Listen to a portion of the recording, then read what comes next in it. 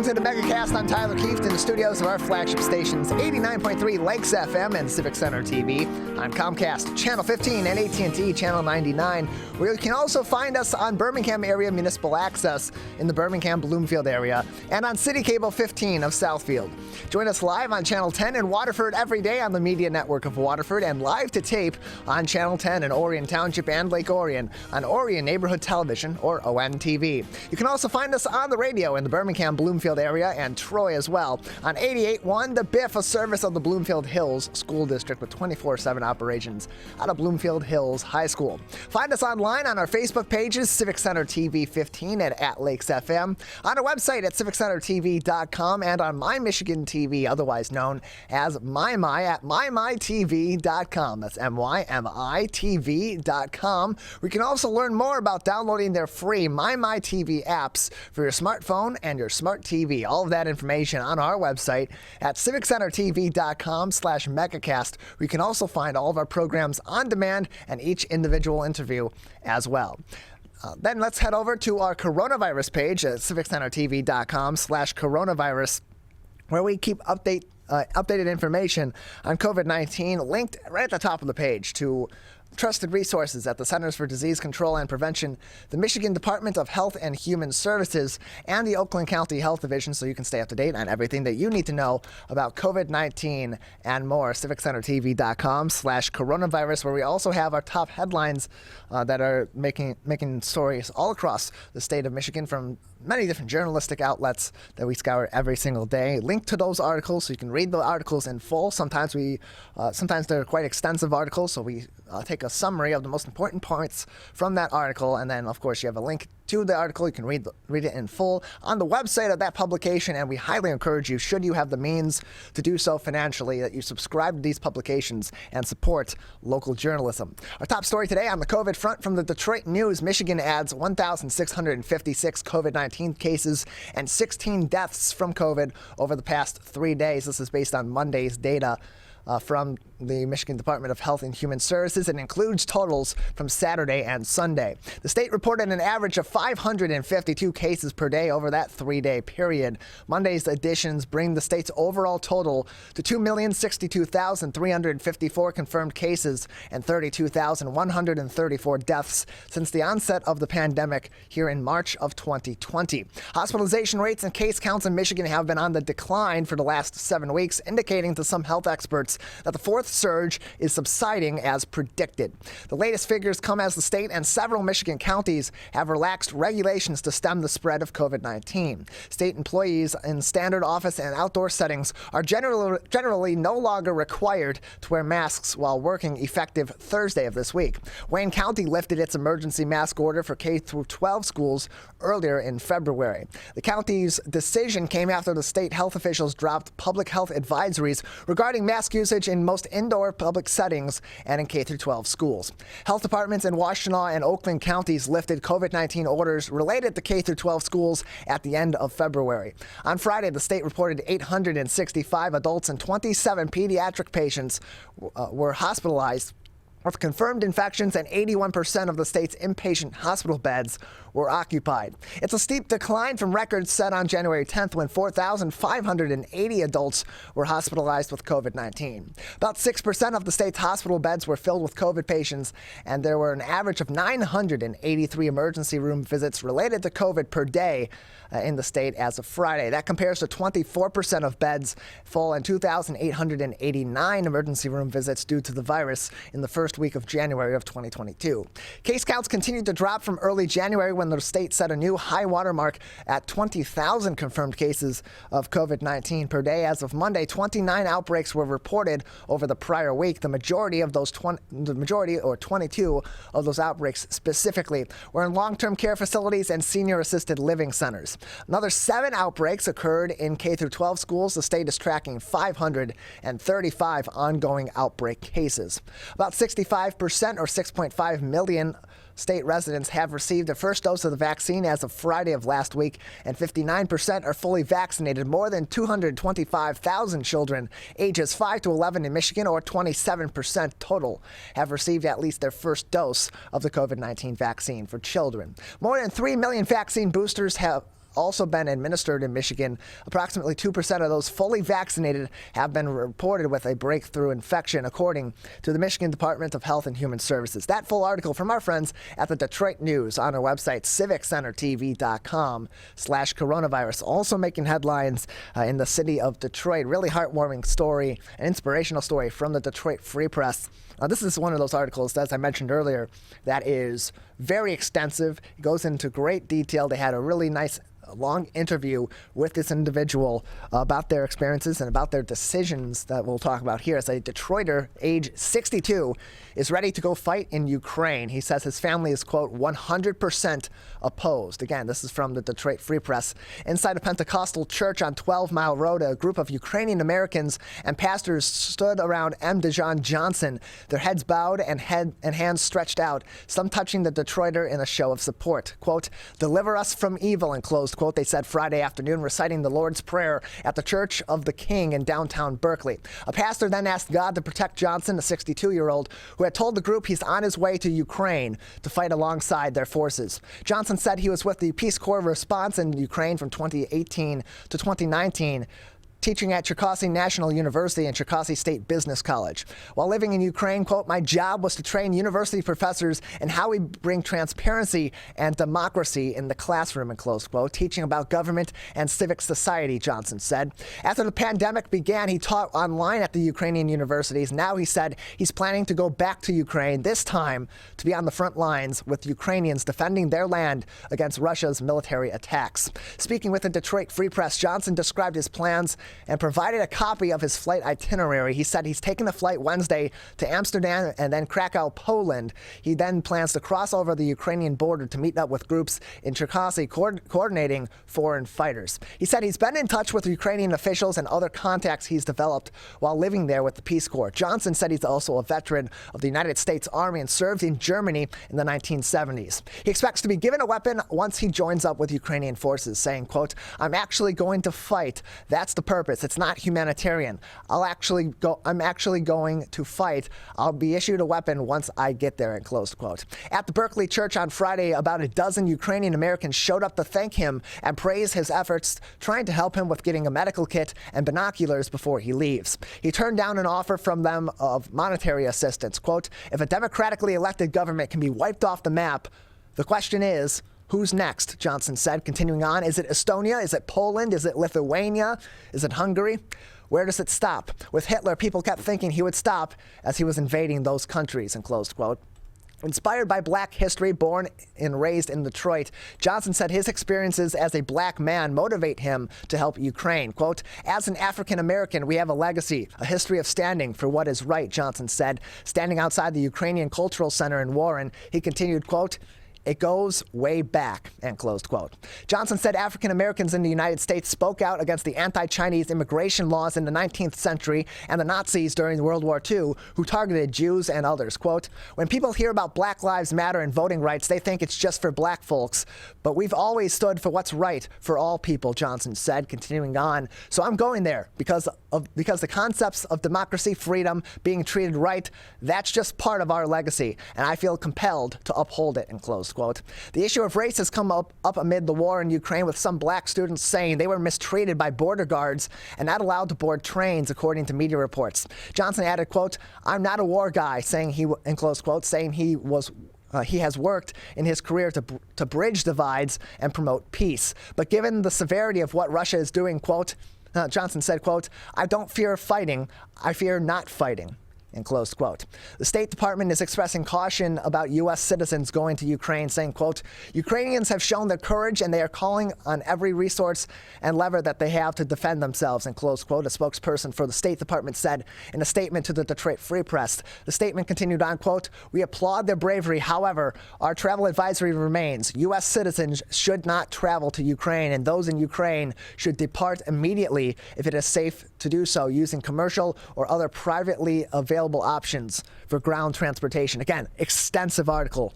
They went into great detail with M. DeJohn Johnson, the 62-year-old Detroiter who will now be traveling to Ukraine, throughout Europe and then eventually make his way to Ukraine to fight alongside Ukrainians in their battle against this Russian invasion. That full article from the Detroit Free Press linked on our website at civiccentertv.com/coronavirus. Highly encourage you. Click on that link, read that article, and of course, if you have the means to do so, subscribe to the Detroit Free Press and support great local journalism like this in the future. Lastly, making headlines at civiccentertv.com/coronavirus. Some less than happy news from our friends in Ypsilanti as Hobbs Restaurant will be ending its 87-year run, another institution falling to COVID-19. This is from Bridge, Michigan. The songs of Frank Sinatra still came through the speaker in the lobby of Hobbs Restaurant on Friday afternoon, but this time his crooning about goodbyes hit closer to home. After 87 years in operation, the landmark restaurant about to find the city's downtown has closed for good. The night before. Mike Cabot, who spent 47 years behind the counter and answering the phone, said he's having trouble envisioning a day where he'd show up at the restaurant but have no customers, no reason to open the kitchen, and no idea of what will come next. Quote, "It's been terrible," in close quote, said Cabot, an 80-year-old man to Bridge, Michigan. Cabot and David Cabot, the son and business partner, announced the closing to staff at 8:30 p.m. on Thursday, then sent an email on Friday to the 7,000 people who received regular email updates from the restaurant. The Hobbs closing was sudden, planned just days ago as David Cabot's doctors told him he needed an immediate lifestyle change due to a health crisis, his father said. But looming over that was COVID-19 and all of the changes the restaurant had to absorb during the pandemic. By the time the family health crisis struck, there was no cushion left to keep the doors open. Thousands of restaurants are estimated to have shuttered in Michigan since the pandemic began. And even as the latest wave of COVID-19 fades away, more closings still may hit the state's industry, said Justin Winslow, president and CEO of the Michigan Restaurant and Lodging Association. Quote, "Some narrowly survived," he said, continuing on, "but that leaves their health so complicated that it won't take much to make them vulnerable," in close quote. That includes beloved institutions like Hobbs, the kind of place that helped define downtowns and lead restaurant movements in cities. Common Grill, which anchored downtown Chelsea, will close this month, as founder and chef Greg Common announced in mid-February. Roast, a Michael Simon restaurant, closed suddenly in January years after it trailblazed a new wave of restaurants in downtown Detroit. Osteria Rossa closed at the end of 2021 in Grand Rapids. Quote, "The connection people have with some restaurants gets very personal and very deep," Winslow said, continuing on. "You become close with the owner. It's hard when it goes away," in close quote. That was clear on Friday at Hobbs as Mike Cabot talked about how he was well into his career in hotel and restaurant management in the 1970s when Oscar Hobb approached him asking the Ann Arbor native to buy the restaurant Hobb had founded with his brother Otto in 1934 amid the Great Depression. During an interview, the phone kept ringing with people who wanted to tell him that they couldn't believe that Hobbs would not reopen and that they would miss it. And people knocked on the door as well, men telling Cabot that they'd come to his restaurant since they were children. A woman who handed over a card with her name and phone number, hopeful that he would give her a cherished photo of her late mother, a former Hobbs Employee of the Year. Hobbs was known for many things. It could host a crowd like a post-football party for the University of Michigan fans and television broadcasters, holiday events and business meetings, including for General Motors executives who once worked a few miles east in Ypsilanti Township, fueled business.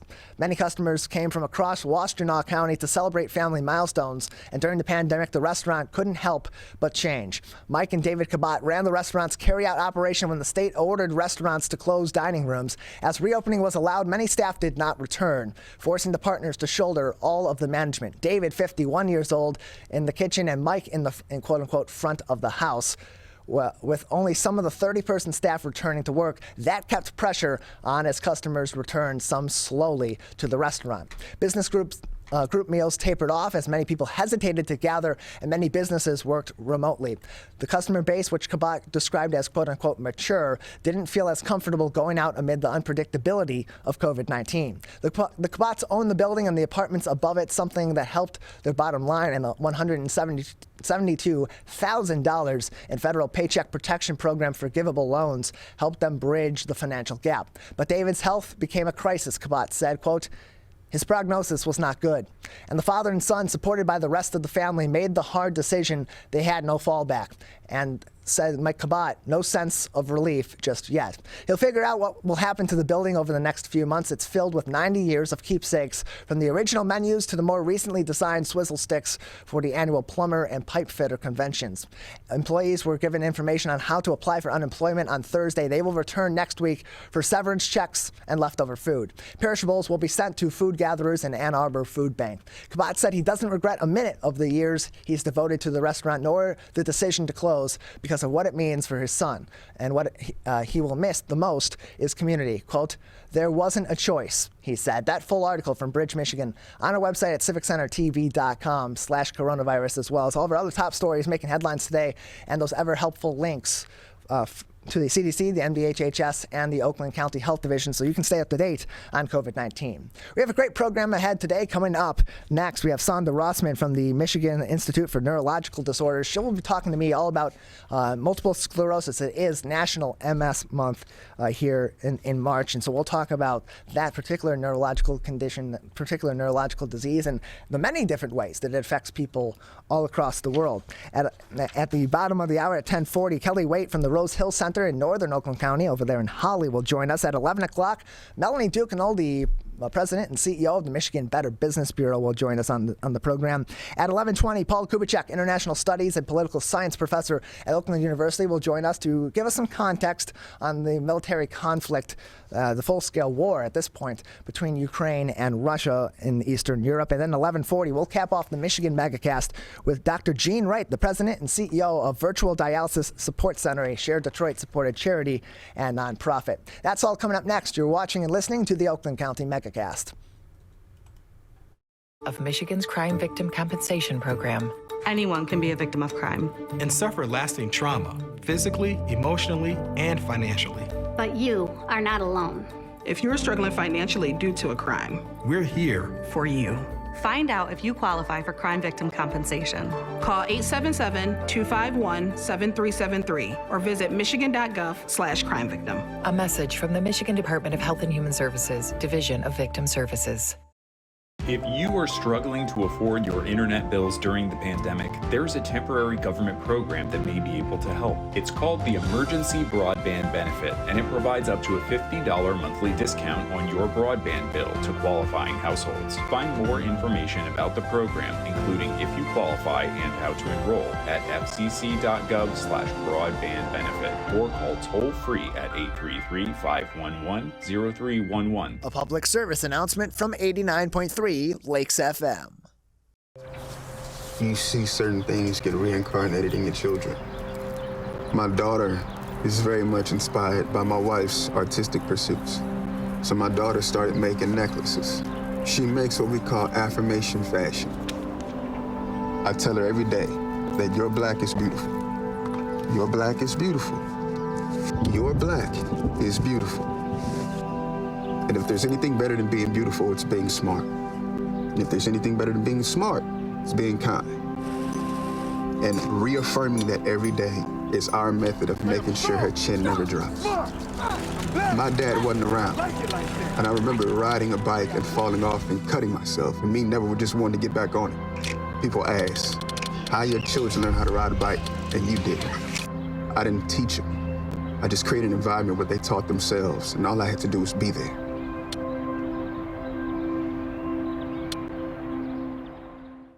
Whether you're the city, the county, or the Huron River Watershed Council. As partners working together to protect our water resources, we agree. Pet waste is the source of harmful bacteria in the Huron River. When it's left on the ground, it can wash into the storm drains. These lead directly to our streams. No filters, no treatment. Here's one thing we know that can help keep our water clean.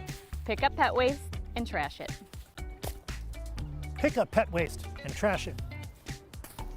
So pick up pet waste and trash it. There's one water, and it's ours to protect.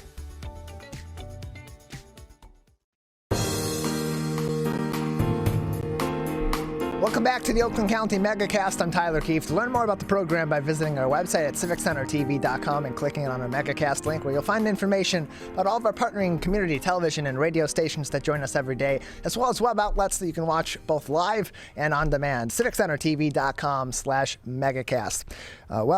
According to the National MS Society, nearly 1 million people, about 925 people in the U.S. are living with multiple sclerosis. Joining us now to talk about multiple sclerosis, as March is National MS Month, is Sandra Rossman, the Vice President of Business Development and Research at the Michigan Institute for Neurological Disorders. Sandra, thank you for being with us today.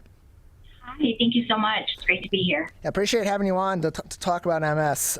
So I'm sure many people have heard of multiple sclerosis. Many, however, may not know exactly, what causes MS and the physiological effects that it can have on people, which are quite varying. So if you could, if you would, please give us an overview of what from the medical community's knowledge causes MS, and what are some of the different ways that it can affect people's bodies?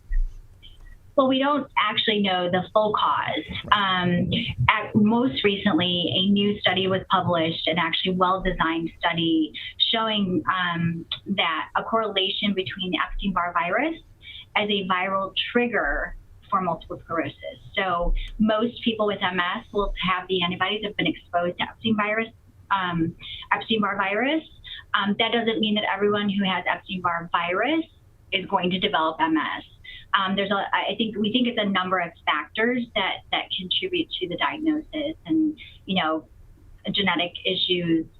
It's not fully genetic. It's putting the pieces of a puzzle together to even diagnose it. But the fact that there's been a lot of speculation over the years that there must be a viral trigger to a lot of autoimmune disorders, and MS is considered an autoimmune disease, meaning that your own immune system turns against particular antigen that they detect in the body, and so the negative thing that they want to attack, which unfortunately in multiple sclerosis is the brain and spinal cord. That can then lead to varying degrees of symptoms and ultimately, resulting in quality of life issues. So there are multiple forms of multiple sclerosis that can affect people in different ways. Can you talk about the different, really the predominant forms of multiple sclerosis and the different ways, that it takes a toll on somebody's brain and spinal cord and ultimately their body, but also who those different forms of multiple sclerosis really usually affect? Right. So again, like you said, about 1 million people in the U.S. Have now been diagnosed. Several years, probably even up to 10 years ago, we thought that was only 400,000. We've gotten a lot better at diagnosing and treating patients. The predominant category, I guess, is what's called relapsing remitting. Patients have a relapse or an exacerbation of symptoms, and those symptoms can present in various different ways depending on what area of the body or brain or spinal cord is affected. And then that's the predominant patient population. And then they'll go into what's called a remission, where they recover from that, many times without any sustained disability. However, over time, it's a progressive disease, or can be without treatment. And then patients many times can then take on a form called secondary progressive MS, which either has relapses or doesn't have relapses. And then we have what's called primary progressive MS, which is a much smaller population of patients. However, it's a much more debilitating form of the disorder. Typically, those patients start out, it takes time to determine whether they're primary progressive, but over time, they'll have a consistent progression of disability.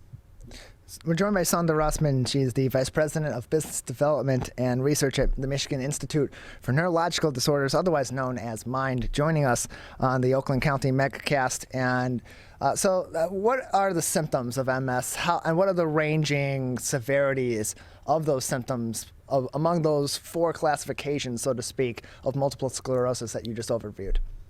Yeah, so MS can present in a number of different ways in patients. It's different for most patients. Many times early presentation will be what we call optic neuritis, which is potential visual disturbance in one eye, whether it's visual loss up to, double vision. That is a lot of times the presenting symptoms for a lot of patients.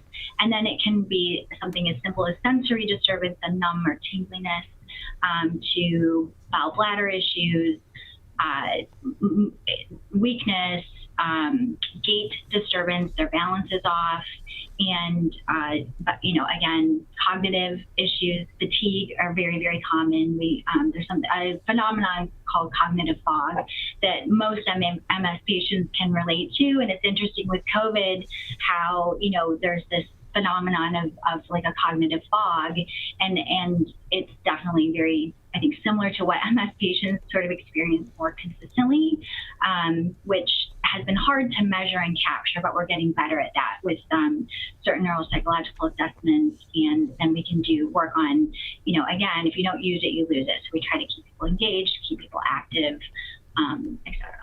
We're joined by the Vice President of Business Development and Research at the Michigan Institute of Neurological Disorders, or MIND, Sunda Rossman, with us on the Oakland County Megacast. Learn more information and get in contact with the Michigan Institute of Neurological Disorders by visiting their website at mindonline.com. That is mindonline.com. And so Sunda, related to multiple sclerosis, my dad has MS. He was diagnosed in the summer of 2010 at the age of 50 with multiple sclerosis. He had similar symptoms to what he has been feeling over the last 12 years that he has known he's had MS, well before he was diagnosed. So with that, when generally are people diagnosed with multiple sclerosis, and what typically is the process of them going from relaying their symptoms to a doctor or to a neurologist, and then ultimately being diagnosed and then hopefully soon after begin treatment for MS? Yeah, so again, it depends on the sort of severity of the symptoms, right? A vision loss is going to probably trigger someone to go to an ophthalmologist or an eye doctor initially to say what's going on, which then when they identify that there's inflammation in the optic nerve, they're going to potentially send the patient to a neurologist or specialist. Numbness and tingling, again, could it be carpal tunnel? A lot of people dismiss those things. They don't really think about it. Pain, there's certain things that depends on that person's threshold. Some people, are more concerned and they go to their primary care, and their primary care will then refer them to a neurologist, typically, or should refer them to a neurologist, I should say. And then others, again, will wait. And, it sounds like with your dad, he probably just thought I'm getting older. It's, part of whatever, and just tried to kind of muscle through, which a lot of people will do. What we do know is that treating early is very, very important. So, and we're able to diagnose much earlier now. So I too have multiple sclerosis.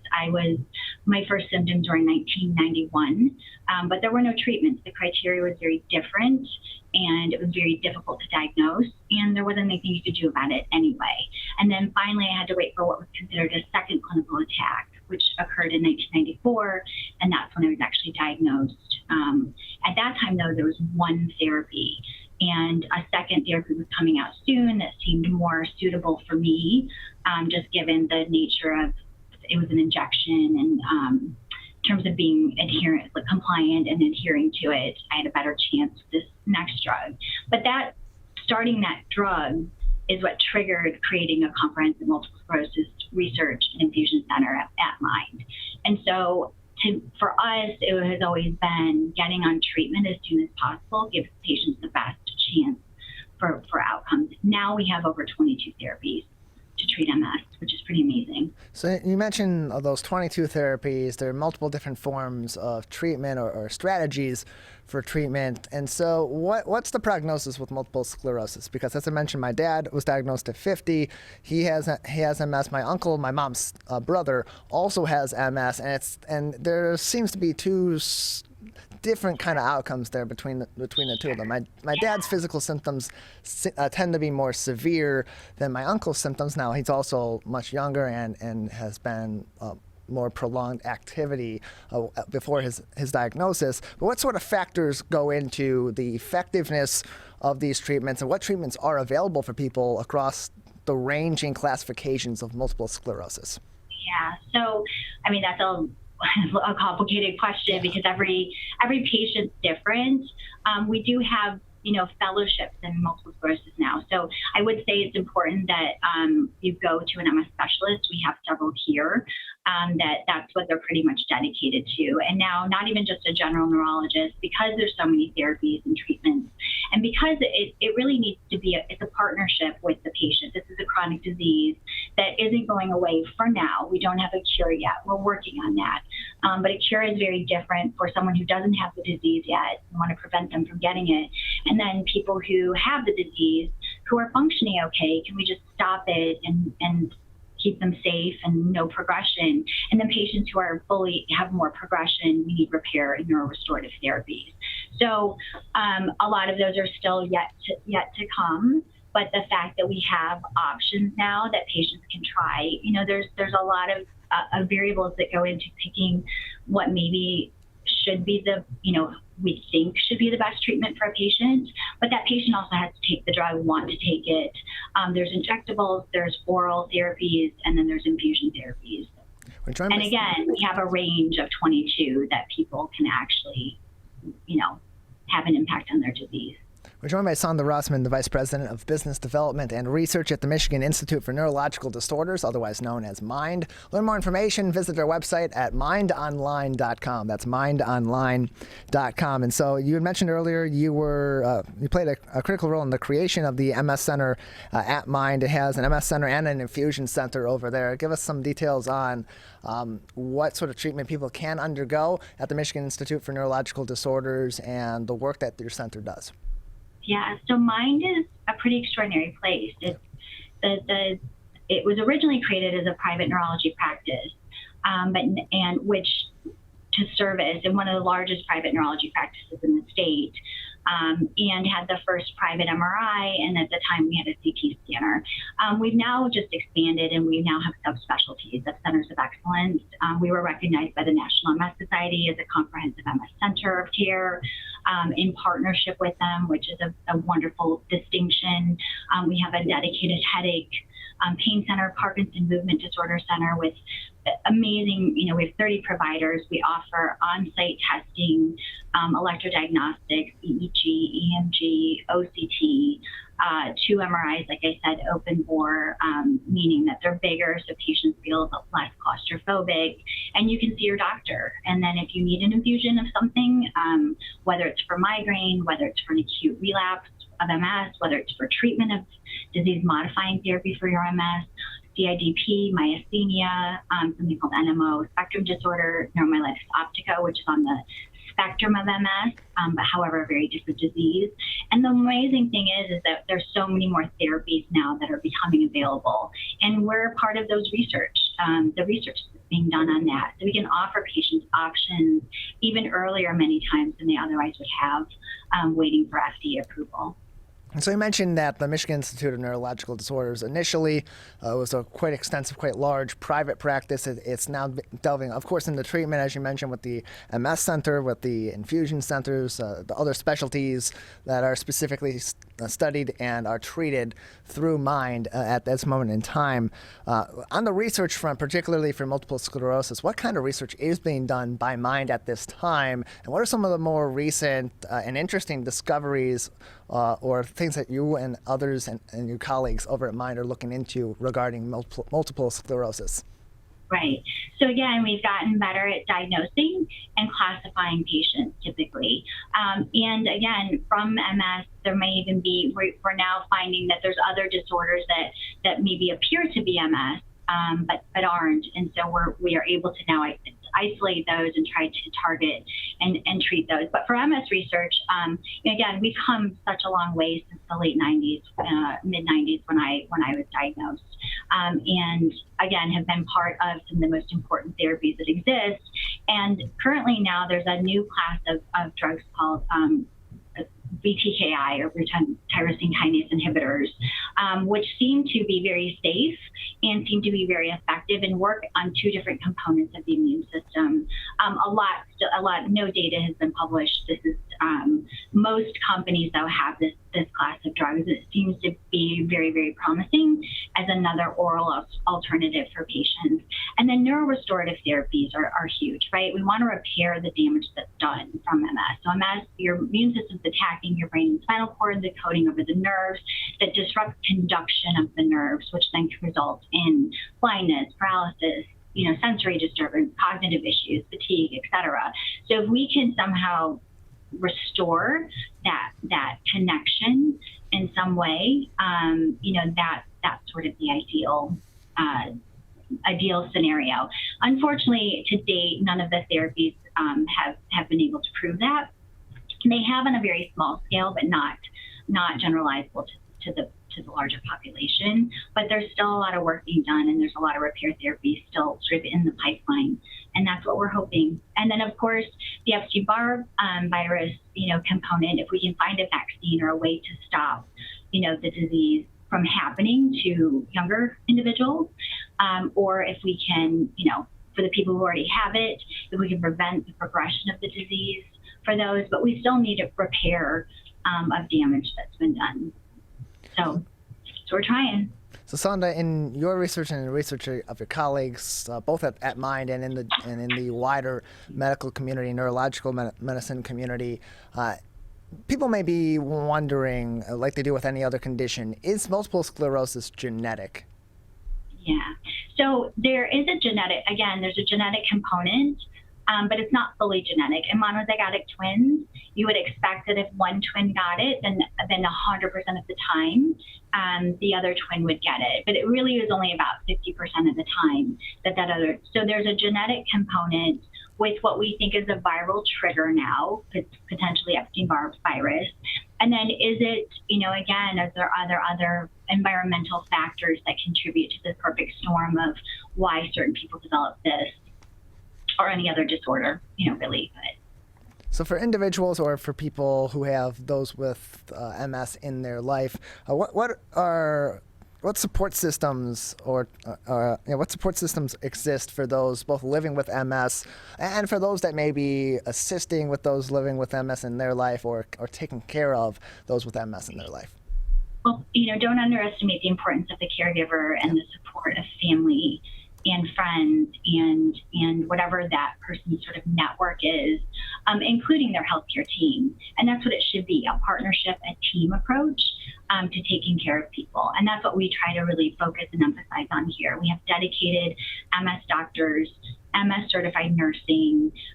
Again, we refer out for physical therapy, but, keeping people's minds, bodies, nutrition, it's a comprehensive approach, right? This is your body, and we need to try to preserve as much as possible until buying time until we can find that cure. And we've done a really good job. We have disease-modifying therapies now that can actually sort of halt the process. It's not perfect, and it doesn't reverse symptoms or damage that's been done. But if we can stop that and buy time until better therapies come out, that's really what we're trying to do. And for a lot of people, they just go on leading completely normal lives, and you would never know that they have MS. For others, not as great. We do have a therapy, the first therapy that was approved for primary progressive MS. It's about 24% effective, but it's something, again, to buy a population of patients who didn't have anything. They now at least have some way to fight back for the disease. And again, being on a therapy is incredibly empowering and really important for patients. And so part of why this MS Center was created is truly to give patients access to care and therapy the way that, fundamentally myself and my late husband who co-created the center felt that it was important you take care of people. We're joined by Sonda Rossman, the Vice President of Business Development and Research at the Michigan Institute for Neurological Disorders on the Oakland County Megacast. Again, their website, mindonline.com, mindonline.com. Sonda, before we let you go, anything else that would be important for our audience to know about the work being done at Mind at this time or about multiple sclerosis? Yeah, Mind, again, we hope we don't have to see you, but we're here if you need us. And it's the goal was one stop. Basically, you're able to come here to get as many things as you need in one place, which can preserve the person, close proximity parking, your caregiver. If you can have all your testing, diagnostics, treatment, and your doctor visit in one place, it's really a beneficial thing all around, cost efficient for payers, and convenient, and really some of the best care that you could ever receive. We're very proud of our center. Sandra, thank you so much for joining us. Thank you. Thanks. Appreciate Stay it. safe. You can Stay learn- healthy, everybody. Yes, you as well. Thank you, Sonda. Thank you. can learn more Bye. information about the Michigan Institute for Neurological Disorders, or MIND, as well as their MS Center and Infusion Center, as well. More information about multiple sclerosis and other neurological conditions as well by visiting their website, mindonline.com. That's mindonline.com. Another good resource for more information on MS during National Multiple Sclerosis Month here in March is through the National MS Society, National Multiple Sclerosis Society at nationalmssociety.org. We're going to take a break here on the Oakland County Megacast. On the other side, we'll head to northern Oakland County to talk about mental health services with Kelly Wright of the Rose Hill Center. You're watching and listening to the Oakland County Megacast. To Sophia and Gabriel, even though these old knees can't follow on your adventure to the forest today, these flowers represent my love. These stitches and threads join us together.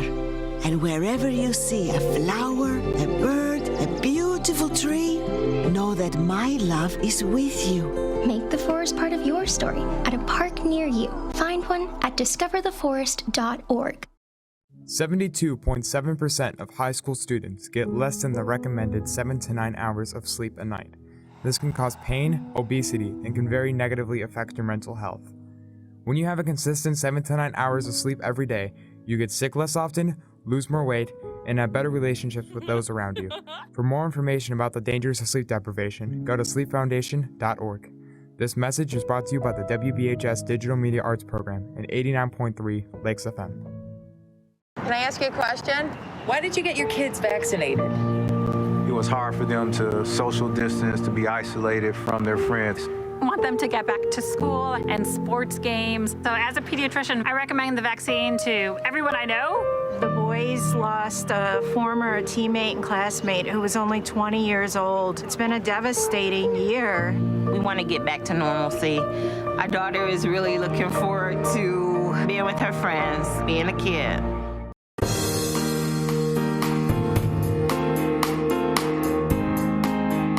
Joining us now on the Michigan Megacast is Kelly Wright, the Director of Admissions and Programs at Rose Hill Center, located in Holly, joining us on the Megacast. Kelly, thank you for being with us today.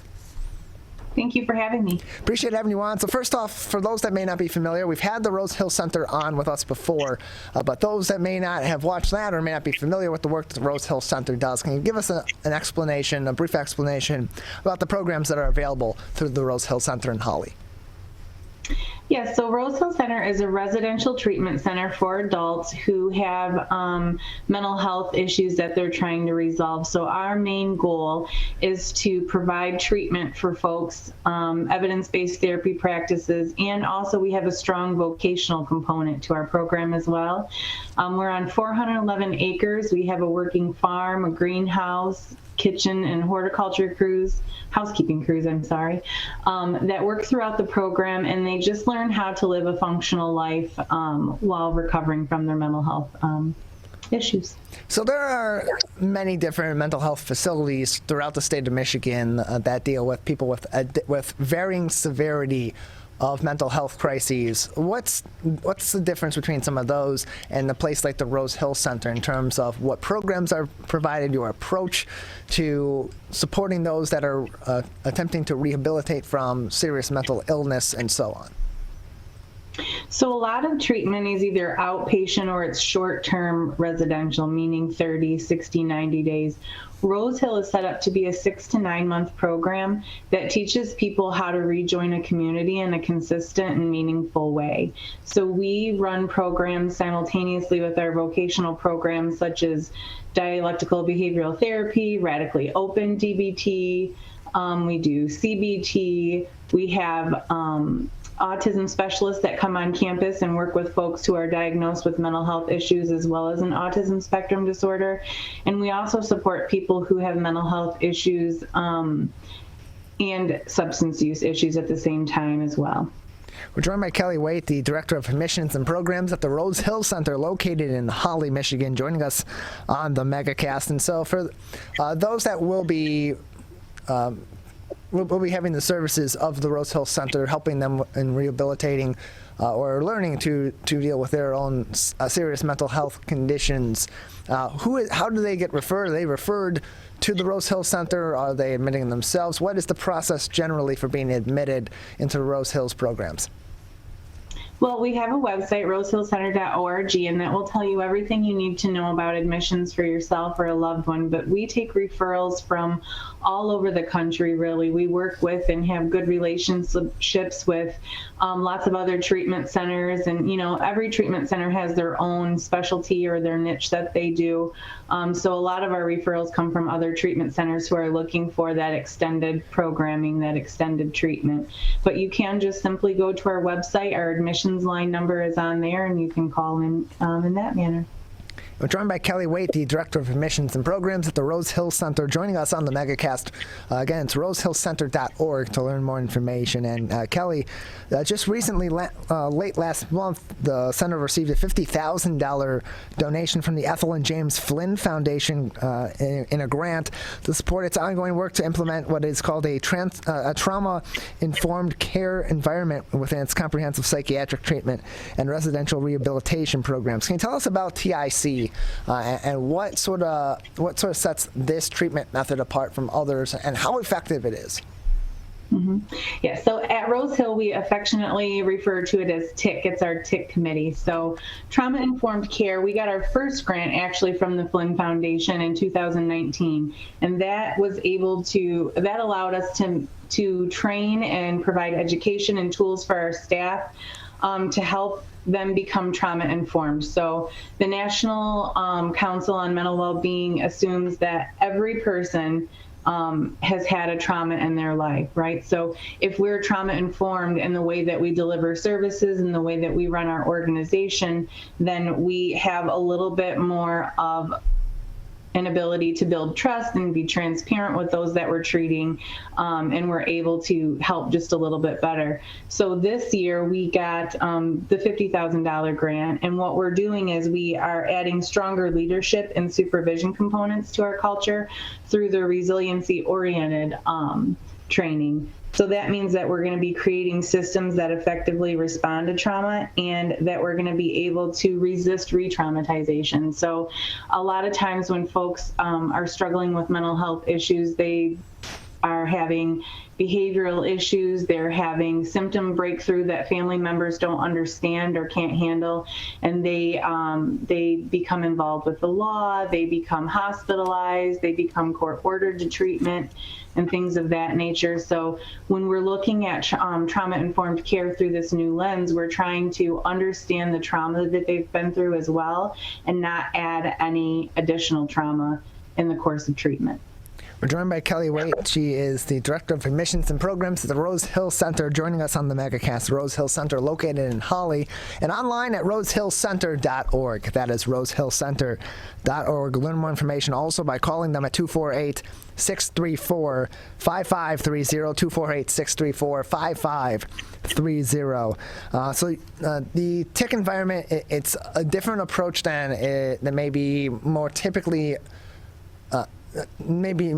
employed at mental health facilities, long-term and short-term, across the state and across the country.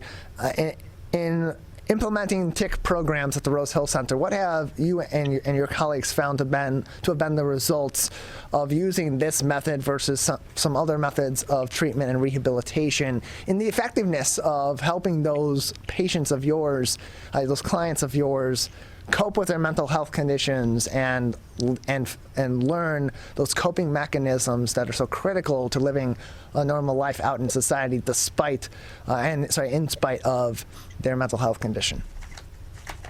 So trauma-informed care, I kind of look at it as like an umbrella that goes over all of the different treatment modalities that we use. So we're still going to use all those different therapeutic modalities. We're still going to use our vocational programming, everything that we've had in our foundation so far. But trauma-informed care really looks at the culture, and it looks at the way in which the staff interact with the residents and the way in which the organization interacts with all of the staff. So when you implement things like that, like a good example would be one of the initiatives that we're doing this year is that we have offices like everyone would have in their building, right? So you have a desk the provider sits on one side, the resident or the staff sit on the other side. We're looking at getting more comfortable chairs that sit around tables in each of the offices so that the environment is more therapeutic. So it's just all of the little nuances and all of the little ways that you interact with the residents and the staff in your organization, and just making sure that it's a comfortable, supportive, safe environment for everybody, psychologically and physically. And so, like any sort of training program, psychologically, medically, or otherwise, there is some training that is behind it. I would imagine for the TIC program like this, because it is so focused on the context of one person's trauma in their mental health recovery and in the rehabilitation and the learning of coping mechanisms. What kind of training goes into your professionals at the Rose Hill Center being ready to undertake helping patients, helping clients through these TIC programs? Mm-hmm. One of the biggest things that we do is we teach everybody how to recognize symptoms of trauma, and we teach everybody that trauma doesn't necessarily have to mean the same thing to me as it does to you. So if we were both on our morning commute to work this morning and we both got into a small fender bender, based on my trauma, I may have not been able to make it to work because I might have been too shaken up, but you being in the same sort of fender bender might have been able just to carry on. So we teach that trauma is different for everybody, but there's some universal symptoms that you can recognize, like if somebody's shutting down, if they're not willing to participate. A lot of times when people are doing well, we tend to look around them and see what is it that they're getting a hold of that's helping them do well in their life. So trauma is the same way. If somebody's showing symptoms of withdrawal, of increased agitation, of increased anxiety, looking within ourselves and figuring out what do we have going on in our environment that's contributing to that, and what can we change, what do we need to keep, and what do we need to stop doing or start doing. So that is one of the big components of this training, is just basically looking at what are we doing and how are we contributing to somebody's feeling of safety. Do you find that there are certain patients, certain clients that TIC programs may not be effective for, or is this something that the Rose Hill Center and other organizations similar to it throughout the U.S., throughout the world, may employ in a general sense? I think TIC is really for everybody, because I think everyone can benefit from having more transparent, having more safe, having more collaborative work environments and treatment environments. I do think that the more you get into it, the more you see what things need to change on an organizational level. And that's kind of what's brought us to the supervision and the leadership resiliency-oriented teams that we're getting ready to start now. We're joined by Kelly Wright, the Director of Admissions and Programs at the Rose Hill Center, located in Holly, Michigan, joining us on the Michigan Megacast. Learn more information in a couple of ways. Calling their number at 248-634-5530, 248-634-5530, or visiting rosehillcenter.org. That is rosehillcenter.org. And so this $50,000 donation from the Ethel and James Flynn Foundation, it's not the first donation that the Rose Hill Center has received from this foundation, this grant of $50,000 to support the TIC programs. How important are these sorts of donations to organizations like yours to be able to expand your programs, continue to develop programs such as TIC and other rehabilitation programs provided through your center in order to provide the best care as possible to those that will be admitted to the Rose Hill Center? As a nonprofit organization, this money that we receive from the Flynn Foundation is just unbelievable. It's an unbelievable opportunity for us. We've worked closely and partnered with the Flynn Foundation for a while, and I think it might be because we both have similar beginnings. Both the Flynn Foundation and Rose Hill Center were founded by family members who were looking for mental health treatment and best evidence-based practices that were just not available to the wider communities. And so both of our organizations, I feel, are working towards that goal. So this money that we received is just, it just does great things for us that we would not have been able to do, training that we would not have been able to receive as early on as we have if they weren't there to support us. Kelly, just another couple of minutes with you before we'll say goodbye today. For those that may not be familiar with the Rose Hill Center or how a mental health program like one might experience in an organization, with an organization like the Rose Hill Center, can you take us through a little bit of the process that patients will go through when they are admitted to the Rose Hill Center, through their treatment, and then eventually when they are discharged from the Rose Hill Center? Absolutely. So when you come to Rose Hill Center, you begin working with your treatment team, and you will have a case manager, a therapist. Our psychiatrist is one of the best. And you just work on stabilizing your medication, recognizing your symptoms, gaining insight and awareness. And then the main goal of our treatment center is to help folks live with their symptoms as independently as possible. So you come into our program in what we call the residential rehabilitation program, and then we have various programs throughout your stay that will increase your level of independence as you go, but still provide that support that you need. And then the end goal for us is to have folks discharged back into the communities in which they came and have a meaningful daily life, working, going to school, interacting with your family and friends, having a good social life. And sometimes folks stay in our area and they come back and volunteer and just help the next round of people go through their treatment as well. We tend to have a good mix of both. Kelly, just another minute with you before we'll say goodbye. Anything else at this time that people should know about the Rose Hill Center, about its TIC programs, or any other programs that are available through your nonprofit organization?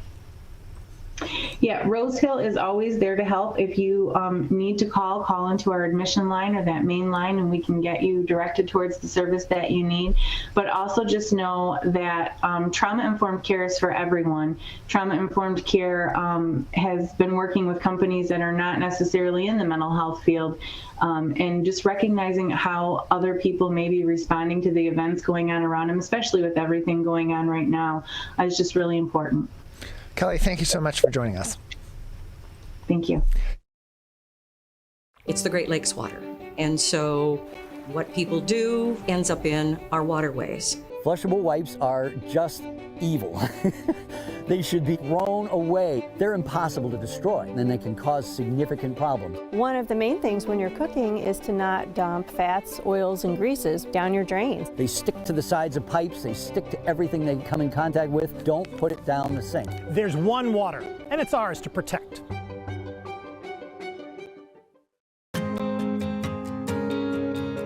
When times get dark, we can't see the help that's all around us. When you don't know where to turn, let 211 be your guiding light.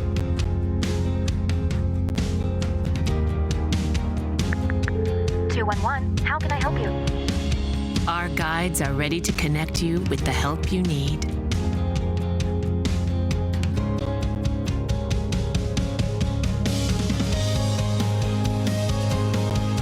For help with food, healthcare, mental health, and other resources. Call 211 or visit 211.org. 211. Get connected, get help.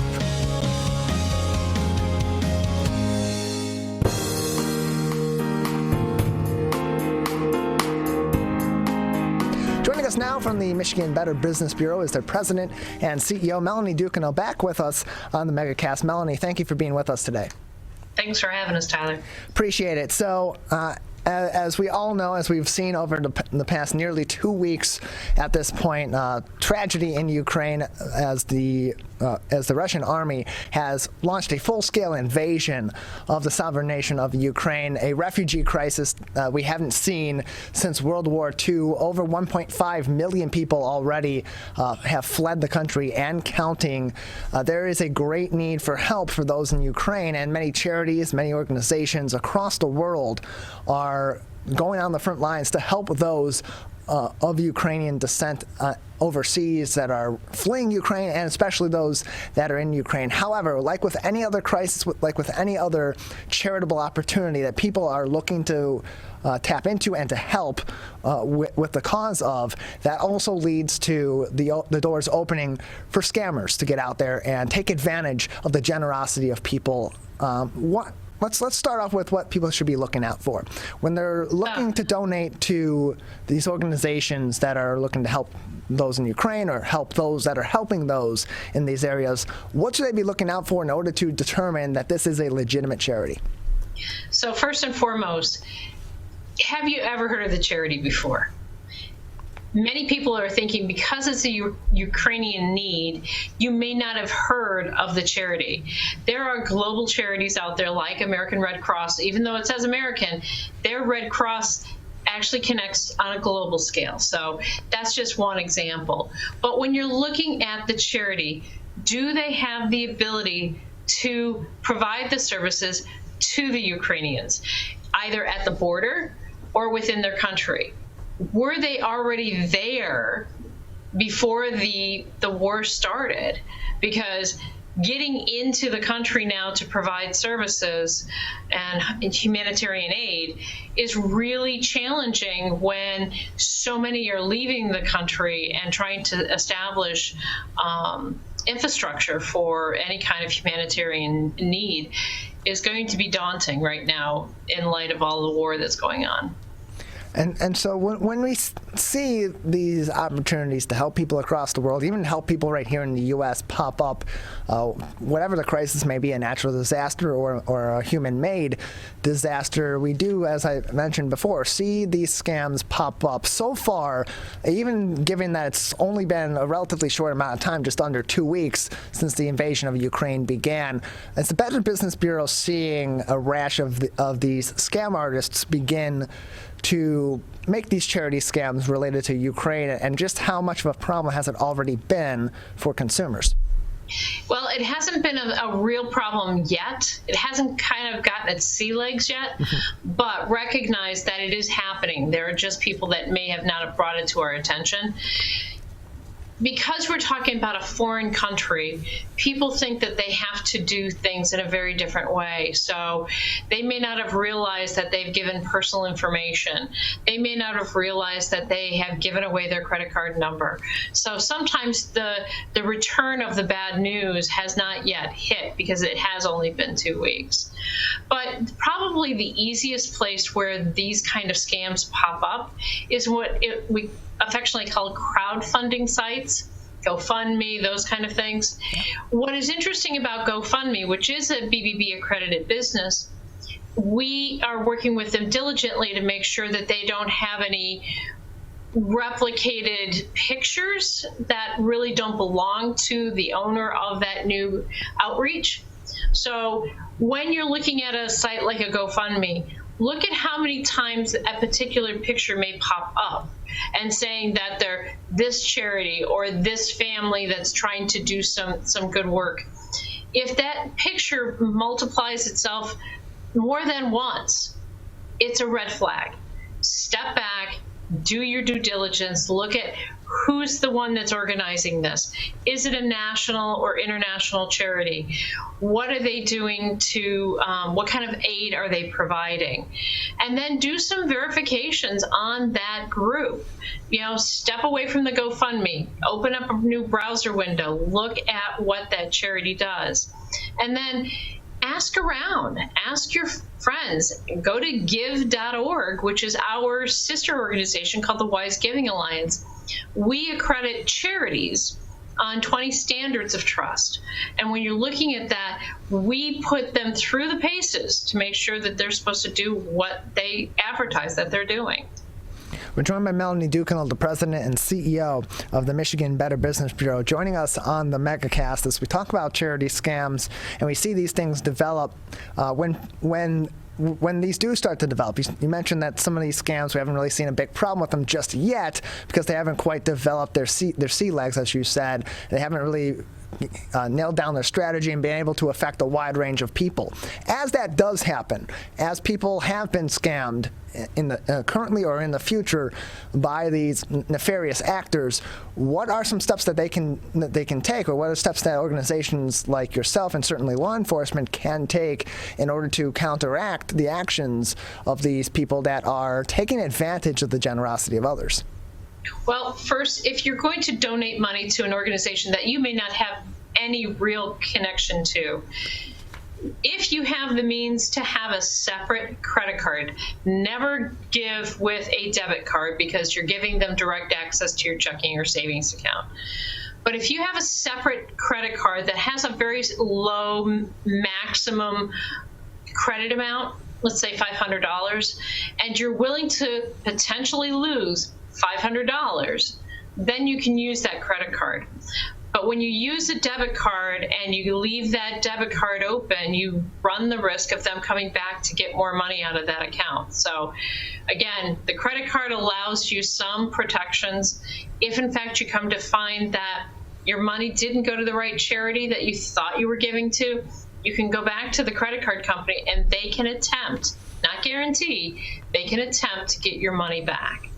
We're joined by Melanie Ducanel, the president and CEO of the Michigan Better Business Bureau, joining us on the Megacast. And so even some legitimate organizations, some legitimate charities or organizations that will be doing relief work here in the U.S. or around the world with different crises, such as, of course, the invasion of Ukraine and the war that is underway over there in Eastern Europe, some of them will be doing great work, but they'll also not entirely be giving all of their funding that's through donations to that specific work. So when we see claims of 100% will be spent on relief, does that actually mean 100%, or is there a way for consumers that are willing to donate to these organizations to verify whether or not the entirety of their donation is actually going to be going toward what they're donating for? Historically, the way that a donor can mandate that it goes to a specific cause is to have actually a pretty sizable donation where they are going to put it in an endowment or do something of that sort, where they can really make the donation what they call restricted. But in a general situation where you're just going through a text giving platform or you're donating online, those funds can generally be used, excuse the multiple words, general fund, where the charity can use it wherever they need it. When they say that 100% will be spent on relief, it's a red flag, because the cost of getting the materials there, to acquire the materials, the staffing cost, what do they really mean by what 100% of that cost is? And if it does include all that, they may be accurate in their statement, but you have to pick at the points to make sure that they say what they're going to do, or they're going to do what they're going to say, what they say. We're joined by Melanie Ducanel, the president and CEO of the Michigan Better Business Bureau, joining us on the Megacast. And so, Melanie, when scams do pop up, how often do these scams develop? Is it usually a group of people? Is it usually individuals that are perpetrating these scams? And just how extensive can these, especially charity scams, end up getting? Extensive from the charity scam can be a Bernie Madoff. Bernie Madoff went after all kinds of charities and higher education, as well as daycares that were in his community. So the scam can morph itself into something huge. But let's talk about the recent tornado that happened yesterday in Iowa. Yeah. You're going to find people that are going to want to donate, want to send clothes, want to send food, and they don't necessarily know how to get it there. That's when going with a more national charity for direction and guidance is really helpful, just to make sure your investment in that charity or in the people of the Ukraine or Iowa get the funds you want them to. You know, it is maddening to donate to something and they haven't used it in the manner in which you had thought they would. So understanding when you go to write the check or you hand them your credit card, what do you really want the funds to go to? The Ukrainian Center in Warren right now is collecting goods and shipping it overseas. Recognize that it's going to take several weeks for those things to get there because they have to go through customs on both sides. We don't know exactly where in Poland, Moldova, wherever the country is outside of the Ukraine, where they're going to be able to set up shop and get these things deployed. So recognize patience is imperative, but also your homework is probably even more important. Just to understand how they're going to do it, where they're going to do it, how long is it going to take, and are you going to get any recognition of your investment? So depending again on how much you donate to a charity, they may send you some pictures of what's going on, how your money's being deployed. And those are really helpful, but it isn't always a guarantee that you're going to have your money going exactly where they say. And that's all the more reason why it's really important before you're donating to a charity or a nonprofit that you're not entirely familiar with, that you do your research. Even if it isn't a legitimate organization, you want to make sure that you know what you're getting involved with. So for those that are interested in donating, for those that are in need of doing that research, where are some good places for them to start, Melanie? So we have a list on give.org/news/wisegiving. And if you were just to go to give.org and put Ukraine, we have a list of about 20 accredited charities that are really focused on Ukrainian relief.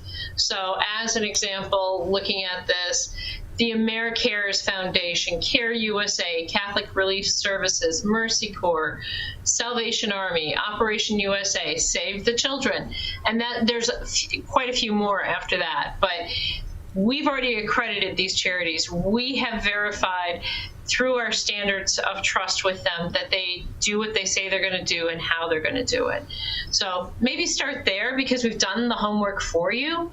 But if you have a friend through Facebook that all of a sudden says, hey, so-and-so is saying we should donate through here, take a step back, look at a different way to do it, because sadly, at least 60% of the time, I want to say 9 times out of 10, but I'm not 100% sure on that one, but at least 60% of the time, you don't know where that money went. You can't verify it. There's no paper trail, and you can't make sure that what you want to have done was done.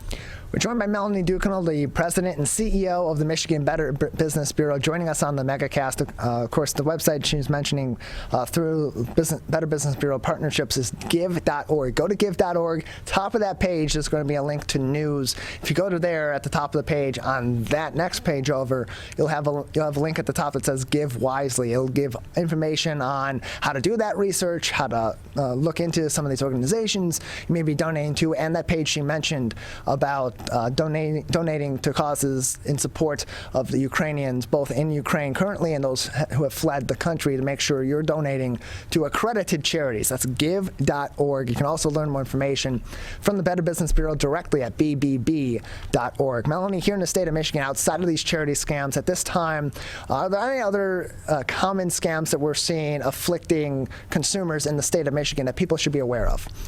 Well, it's that time of year. It's called the IRS tax scam. Mm-hmm. We're all getting our taxes together, giving it to our accountants, or trying to do it on our own, and out of the blue you get the call from a tax man or woman saying that you're delinquent. And it's all driven on fear, hoping that, for goodness sakes, you're going to be just a little uncertain and you're going to go pay for your taxes with a gift card. The IRS never will ask you to pay for your taxes with a gift card. Additionally, the IRS never will call you and demand immediate payment. So the IRS always starts with what I affectionately call snail mail. If they have a problem with your taxes, they have a couple of questions about your tax return, they're going to send you a letter, a regular old letter. And then you're going to have a direct person to contact, and you know the system on which that all will occur. when you get out of the blue, and it actually comes through as text messages too. So be aware that they don't care if it's your cell phone or your home phone. And sometimes they'll even send you an email, because their intention is to overwhelm their email systems or overwhelm the phone system and find that one person that is just a little unsure to, excuse the expression, but pull the trigger and go get those gift cards to pay their taxes. They're never going to pay their taxes that way. They're paying somebody else. So even though the phone number may look like it's from the IRS, don't believe it, because caller ID in this particular situation can be fibbed, can be flat out lying to you. So you want to make sure that if the IRS does call, say thank you, I will call you guys back, and then start the process over directly. Go to the IRS website, irs.gov, and they have contact means through that, and then start it that way. Do not engage anybody on the telephone for the IRS. Yeah, what's the IRS going to do with a gift card anyway? You gotta think about that. What do they need a gift card for? They're not. Maybe they had some presents they needed to give. You know, maybe it's a baby shower or a wedding. Or here's the present. Here's the present you give to those IRS officials that are asking for your gift card. You take the phone, you hang up on them. There's your present. Melanie, thank you so much for joining us. Is there anything else at this time that we haven't discussed that would be important for Michiganders to be considering at this moment? Just if you have any questions, give us a call. We can walk you through anything. So if you, especially robocalls are coming, if you get a robocall, hang up. There's no value in a robocall these days that I am aware of, unless it's your DTE or Consumers Energy is because you've got no power. But that being said, just if you have any questions, give us a call. You can reach us Monday through Friday from 8 until 4:30. So, you know, we're here. We can listen to any and all problems, and we're more than willing to help you get through it. Melanie, thank you so much. Thank you. We may come from different organizations, but we work together to protect the Huron River for everyone. Neighborhood storm drains carry water directly to local creeks and streams. No filters, no treatment. Storm drains also help reduce street flooding when it rains. So clearing storm drains and the areas nearby of trash and leaves helps keep them for rain only. It is easy to do your part by adopting a storm drain. Find a storm drain, check it, and clear it every month. So keep storm drains for rain only. There's one water, and it's ours to protect.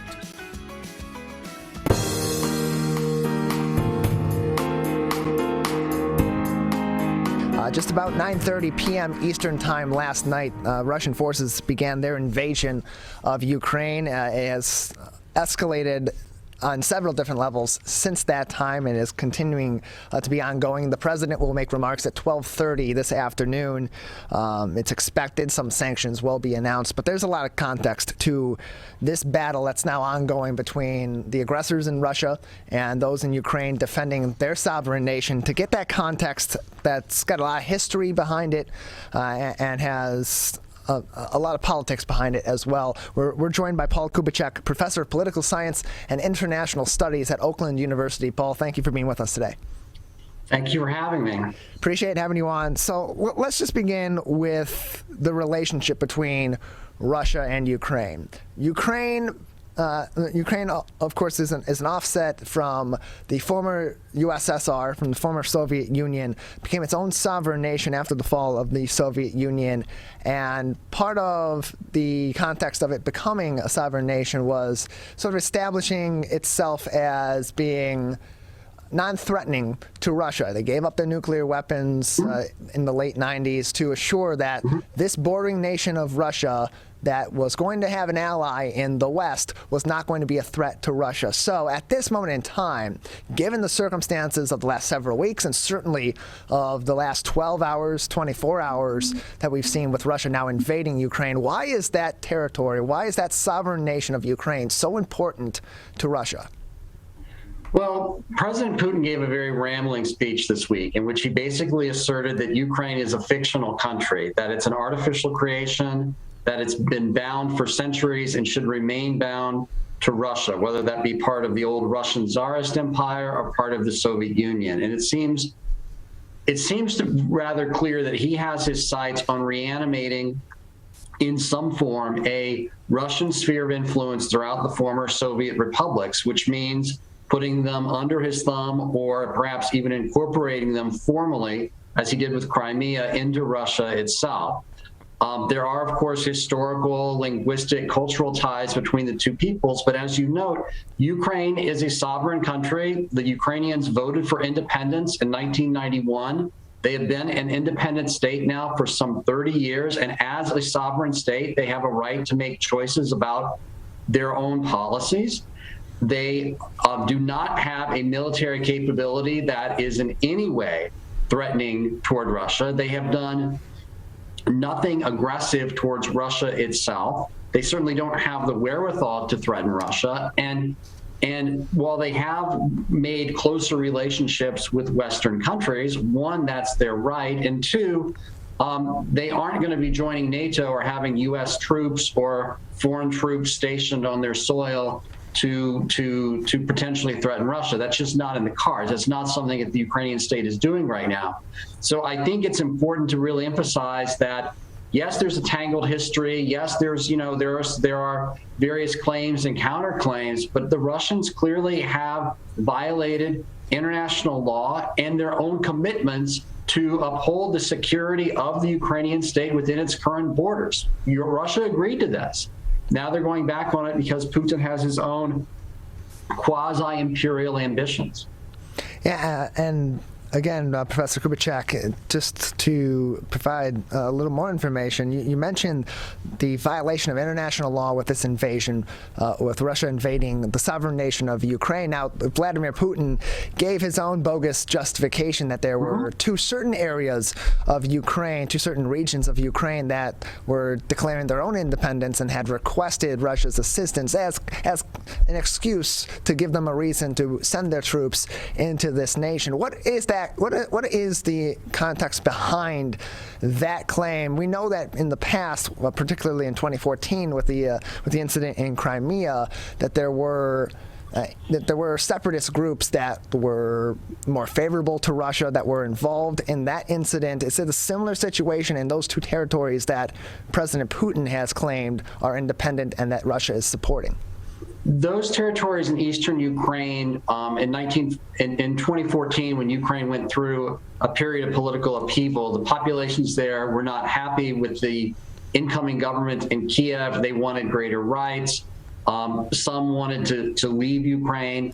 They found backing from the Russians. These regions border Russia. So Russians sent in forces to provide them with some military equipment to allow them in a moment of sort of political instability to kind of take over these regions, and it provided them enough military support that the Ukrainian military at that time was unable to restore their control over these regions. And since 2014, they've kind of been in this gray zone of declaring themselves separate. No one's recognized them as such until recently. There's been over 1 million Ukrainians who have left those regions to go elsewhere in Ukraine. They don't want to live in this sort of statelet that they currently have. But Putin is asserting control not only now over this region, but really over the entirety of the country. If you listen and read what he said the other day, it's not about just protecting the rights of ethnic Russians or something like this. It's that Ukraine has no right to exist, full stop. And his ambitions may end, at least vis-a-vis Ukraine, to take over the entire country right now. I mean, the military operation could be working itself towards that as the ultimate goal. We're joined by Paul Kubitschek, an international studies and political science professor at Oakland University, joining us on the Megacast as of 10:50 this morning, according to CNN's Al Kaufman and Barbara Starr. Roughly 100 Russian-launched missiles of various types had been shot into Ukraine in the quote-unquote initial onslaught, according to senior U.S. defense officials. At least 75 fixed-wing heavy and medium bombers were part of the initial attack on Ukraine last evening, and so it brings to question, with that kind of aggression from Russia from the onset, and with the strength and the might that they've come into Ukraine with, what sort of defenses does Ukraine have to be able to defend itself defend itself independently against this Russian attack? And then B, what kind of additional defense from their allies could they get militarily to help ward off or at least soften the blow of this initial attack from the Russians? Ukraine has about 250,000 regular troops, and they have a national reserve they've called up. They're certainly better prepared than they were in 2014. We've given them some heavy military equipment, including anti-tank missiles. Their Air Force, by many accounts, has been rather decimated by some of these Russian attacks, but they do have some heavy equipment, men under arms, some sophisticated weapons and communications equipment, and we've been giving them military aid over the last several years to bolster their forces. We may give them more if this conflict, drags on. That's something to see what President Biden has to say. How much more physical material we can give them, how much more logistical support we can give them, how much more intelligence we may be able to give them. These are all open questions. I might add as well, I was recently, just before I joined you, I was on a briefing from the American Enterprise Institute in Washington talking about the latest in this conflict. By several accounts, actually, the Russian ground offensive, anyway, has run into trouble on several fronts, that there has not been sort of a quick victory that, easily overrunning the Ukrainian defenses. They've been holding up fairly well. By all accounts, it's a matter of time, right? I mean, Russia has more planes, has more tanks, has better training, better equipment. They can grind down the Ukrainian military forces, but it seems that it's not going to be an easy, quick victory for the Russians. That they have sustained some casualties. The Ukrainians have shot down some Russian aircraft. Ukrainian planes have gotten off the ground.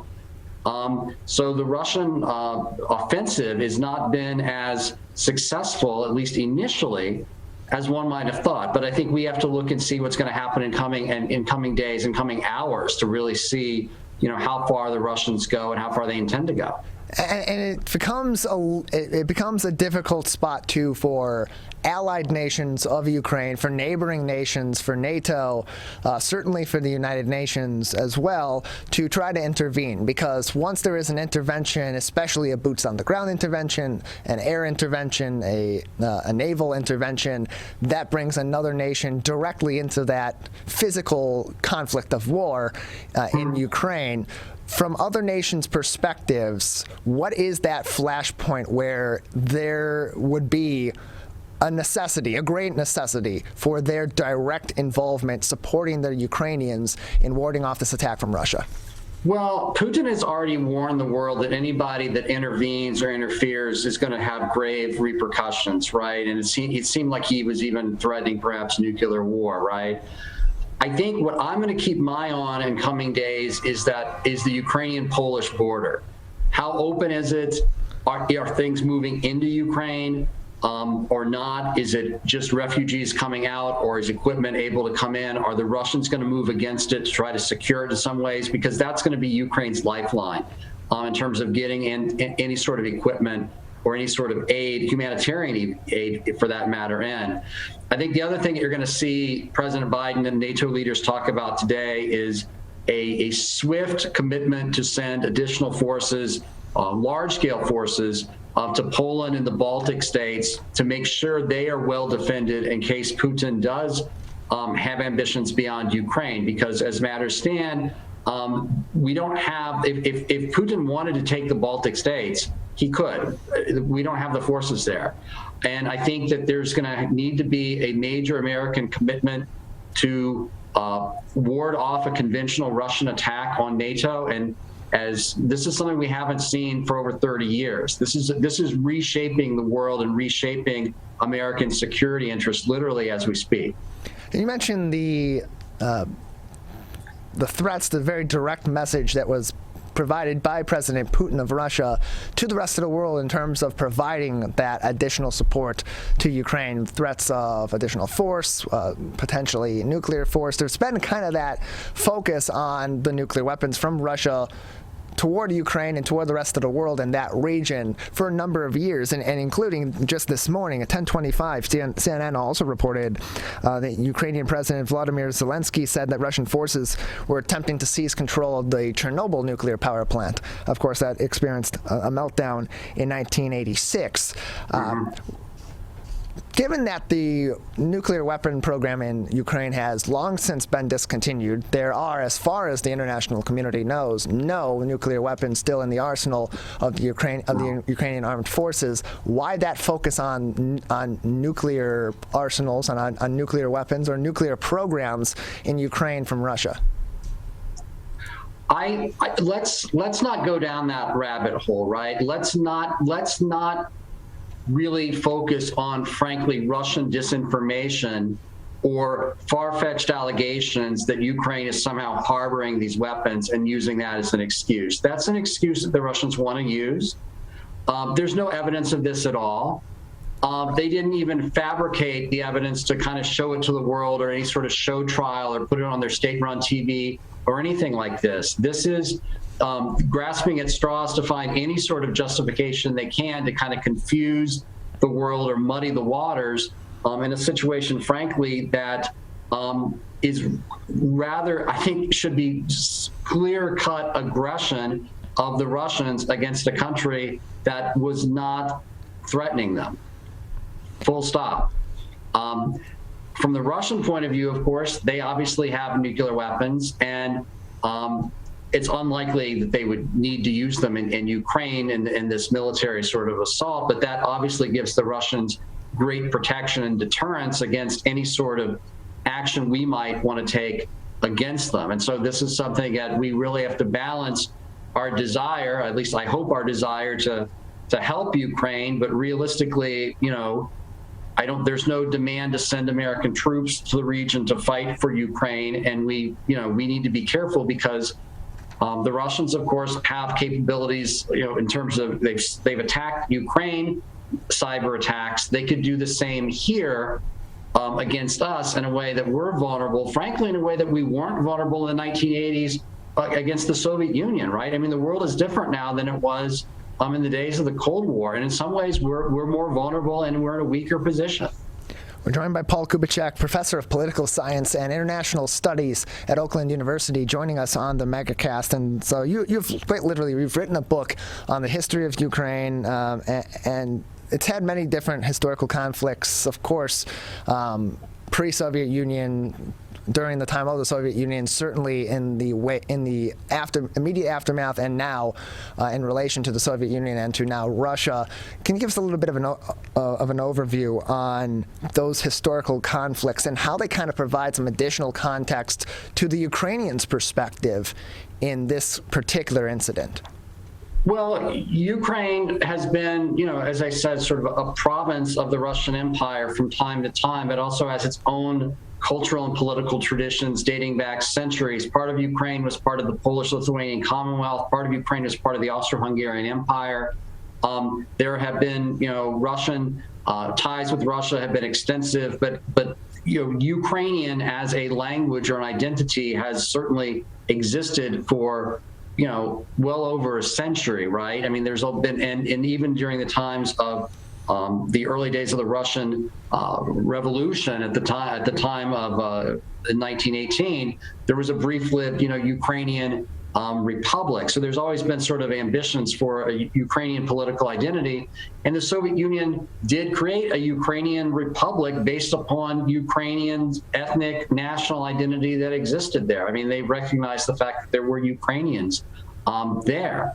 I think it's fair to say as well that listeners may not know this, but during World War II and even after World War II, into the 1950s, there were Ukrainian nationalist partisans that fought against the Soviets, not only during World War II, but after the war ended. They took up arms and fought against them into the early 1950s. And there's memories of that, particularly in Western Ukraine. And people are talking today that if Russia, were to occupy the country or try to occupy the country, that you would see large-scale partisan guerrilla urban warfare that may end up, making Ukraine the modern-day equivalent of the Soviet Union's experience in Afghanistan. We're joined by Paul Kubicek, International Studies and Political Science Professor at Oakland University on the Megacast. Paul, just another few minutes with you before we'll say goodbye. At this point in time, what are some? It's important to also focus on the Ukrainian people themselves and what aid may be available to them, both within their own sovereign nation and within neighboring nations or from neighboring nations. For those that are in cities that are under attack, particularly cities in the immediate border area of Russia and certainly those close to the capital of Kiev, what sort of aid is there from other nations for these particular individuals that may be refugees as this conflict continues? Well, we're going to see how this develops, right? You're already seeing people fleeing some of the cities, right? Whether they're going to go, visit family or they have another place potentially to go, right? Again, that's why that border with Poland, I think, is so crucial to get aid through if it comes down to that. If that border's closed somehow, it could become a very ugly, very, very difficult situation. I mean, it's winter, it's cold. Will there be food? Will there be heating? Can these people be provided for? There is a risk of a great humanitarian catastrophe, depending upon how far the Russians go and what they choose to attack. They have not attacked yet electrical infrastructure, for example. So there is basic infrastructure present, but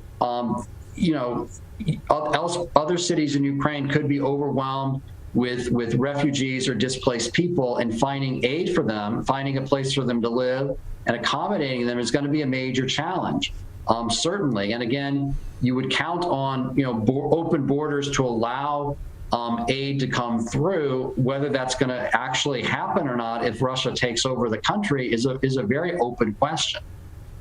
Paul, thank you very much for joining us, giving us some more insight into the backstory behind this current conflict, this, frankly, war that's been declared by Russia on Ukraine, and, of course, Ukraine's history as well, dealing with Russia in the times of the Soviet Union, in the wake of the fall of the Soviet Union, and some of the historical contexts as well that have led to Ukraine's sovereignty today and informed their sovereignty today. We appreciate it.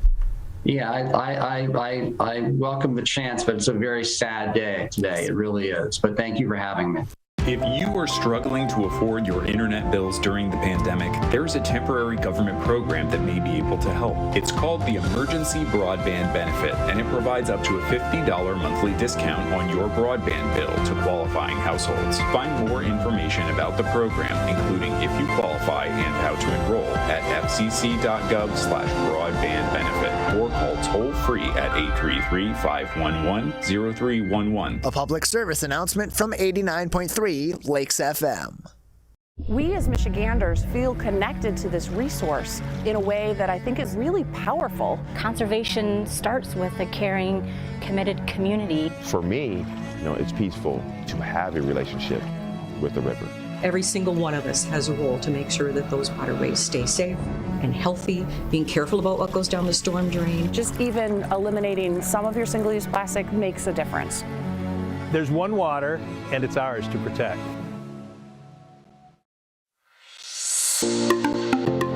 Did you know that nearly 3.31 million Americans don't get their annual checkup? Going to the doctor regularly is extremely important and is a crucial factor in maintaining good health. Make sure you are visiting your local doctor often and telling them about any health concerns you have. For more information, contact your local healthcare provider. This message is brought to you by WBHS Digital Media Arts Program and 89.3 Lakes FM.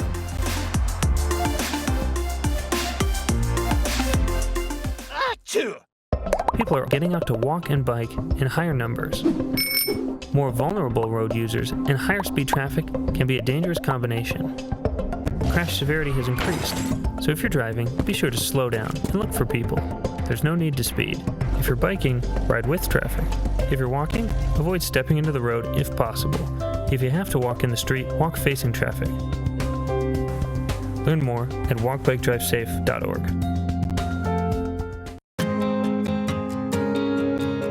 When times get dark, we can't see the help that's all around us. When you don't know where to turn, let 211 be your guiding light.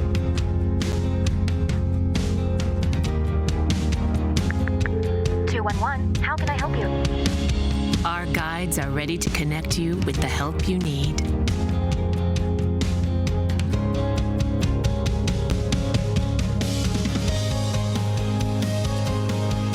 For help with food, healthcare, mental health, and other resources. Call 211 or visit 211.org. 211. Get connected, get help.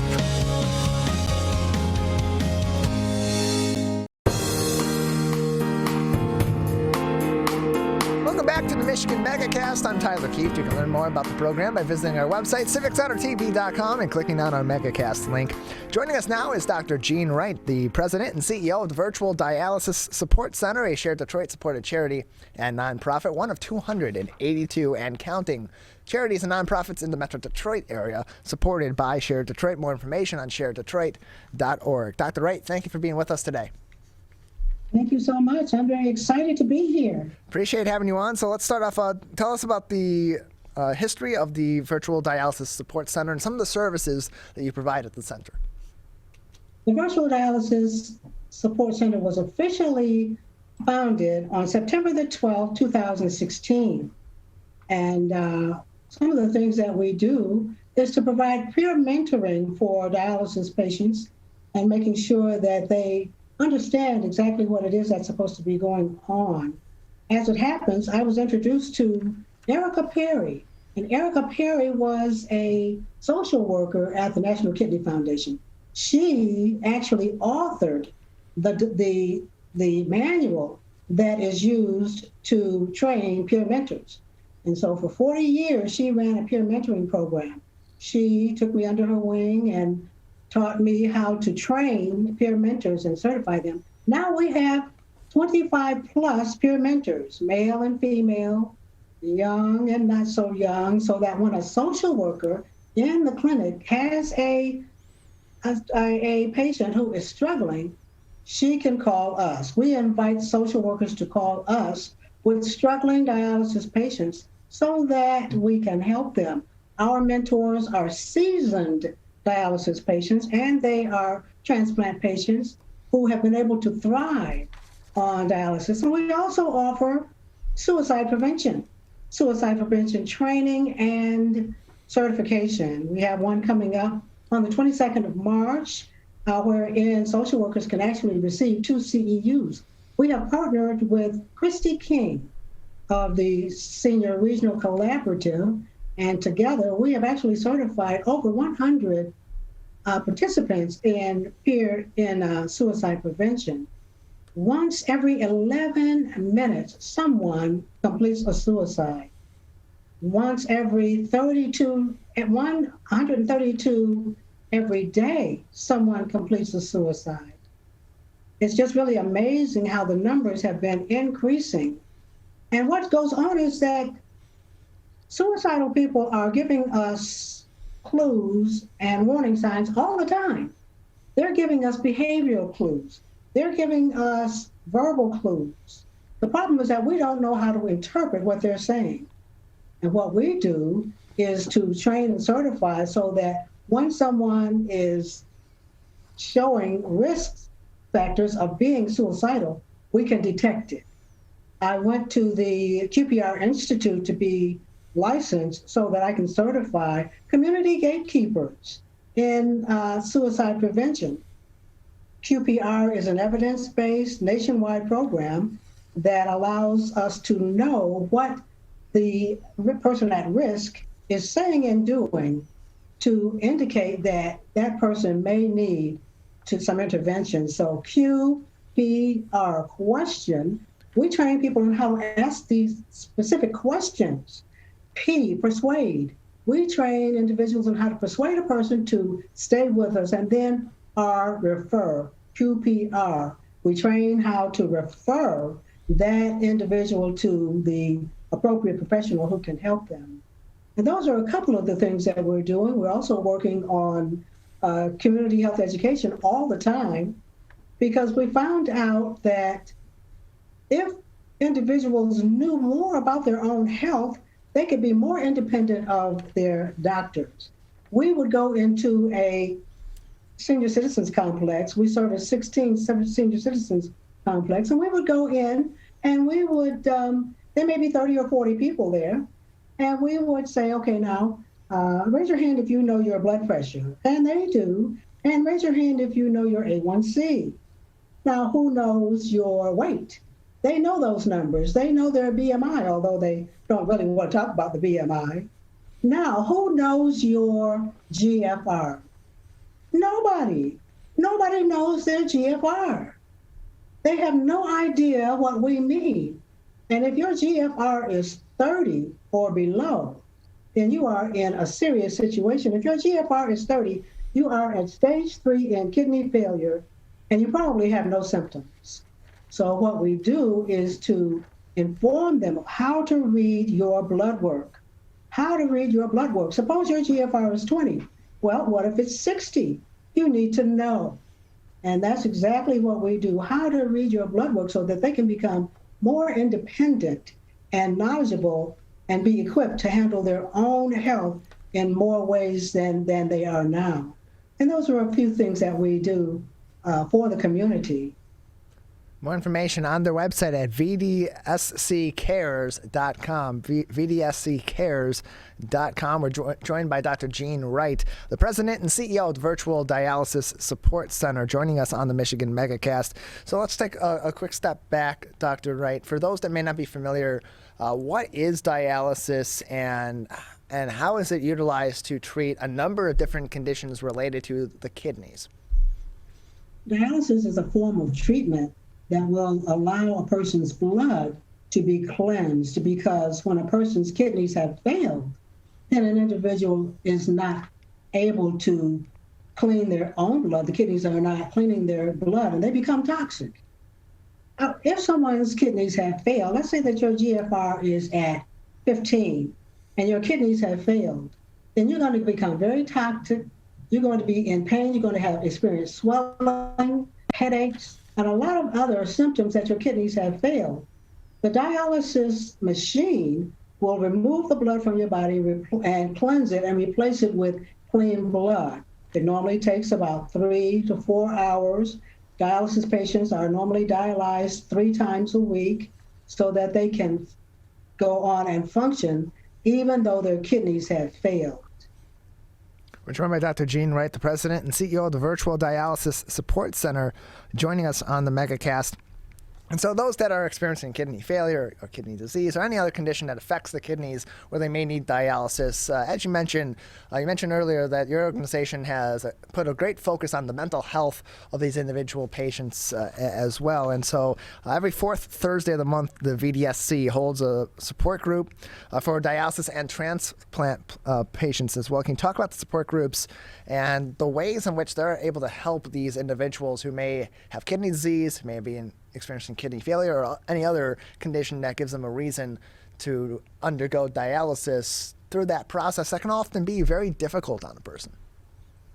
Definitely, and it's amazing the way that these factors tie together, because dialysis causes a person normally to be very weak physically, and dialysis also can take a toll on a person's emotional and mental health. And what we do is we provide a safe space for them to come in online in the Zoom room and talk about what they need to talk about. Talk about what it is that's on their minds, and so that they can discuss among themselves and actually help one another out. Now, we are partnered with Authority Health. Authority Health, every fourth Thursday, will send to us a professional, a medical professional. So if there is someone in the room who has a medical question, well, then that Authority Health professional is there to answer that question. It's amazing the things that they want to talk about, and it's a secure area there. We don't record it, and we just want for them to feel safe and that they can let go of whatever it is that is bothering them. We know that untreated depression is the most important risk factor for suicide. And so we want for them to feel free to discuss whatever it is that's bothering them. We're joined by Dr. Jean Wright, the president and CEO of the Virtual Dialysis Support Center, joining us on the Megacast. So the organization has a number of different events throughout the year that are coming up. In fact, you have the VDSC's Team VDSC Kidney Walk that'll be occurring in May at the Detroit Zoo. Can you give us a quick preview of that event? Well, actually, we would like for people to go to our website and join Team VDSC. Every year, the National Kidney Foundation hosts a walk at the Detroit Zoo. And we formulate teams, and we have our T-shirts, and we all walk together just to support the cause. And we're inviting any and everyone to join our team. You can go to our website, or you can go to the National Kidney Foundation website and look for Team VDSC and plug in and become part of our team. It's a whole lot of fun. It's a whole lot of fun. That is May the 15th. Yeah, May the 15th is the date for that at the Detroit And they open the gate at 7:15, but we don't start walking usually until around 9 or so. It's a whole lot of fun. Yeah, more information on that event and more from the VDSC on their website, VDSCcares.com. That's VDSCcares.com. If you go on the website, scroll over to more, and then the second link down under their more category is Detroit Zoo Walk 2022 to get more information on that May 15th event. We're joined by Dr. Jean Wright, the president and CEO of the Virtual Dialysis Support Center, one of 282 shared Detroit supported charities and nonprofits. Dr. Wright, just another minute or so before we'll need to say goodbye today. Anything else at this time that would be important for our audience to know about your organization that we haven't discussed today? Well, we would like for people to go to Share Detroit, and when you get to Share Detroit, we would like you to look to your left and find causes. Scroll down and find kidney disease. And when you do that, you will see our logo. Click on that logo. And when you click on that logo, you're going to find our wish list. And we invite you to go ahead and click on those items, and that'll take you directly to Amazon. And if you purchase those items for our dialysis patients, they will come straight to us, and we will be able to get them to our clinics. We have 600 patients, and once a quarter, we fill gift bags for our patients, and those are the items that we need in our gift bags. Also, at Share Detroit, if you go back to where you were, you will see that you can donate. And of course, we do need monetary donations, and so there are some nominal amounts there on the Share Detroit website, but you can actually key in the amount that you would like to key in. So you can actually order from our wish list. You can donate monetarily, and from sharedetroit.org, you can volunteer. Sharedetroit.org has all of our information there, so you can go ahead and volunteer with us and do some of the fun things that we're doing. When we fill those bags for our patients, we formulate what we call a house party with music and a lot of good food, a lot of fun, and get those bags ready to go to our patients. And we are always looking for funders. So if you know someone who is funding this type of charity, then please get in touch with us. The best number is area code 313-312-0224. That's 313-312-0224. Dr. Wright, thank you very much for joining us. We have to go, so appreciate your time. More information, VDSCcares.com to learn more about the organizations, VDSCcares.com. That is going to do it for today's edition of the Megacast. Big thank you to everyone that joined us on today's edition of the program. View all these interviews and the full episode on demand at civiccentertv.com/Megacast. Big thank you to our crew as well. Calvin Brown, technical director, Larry Nyland, our producer, Maddie Muschin out of Master Control, Jared Clark, our Zoom producer. Coming up next on My Michigan TV, it's Steve Leto Live, followed by Larry and Maddie Live. We will return tomorrow morning at 10 a.m.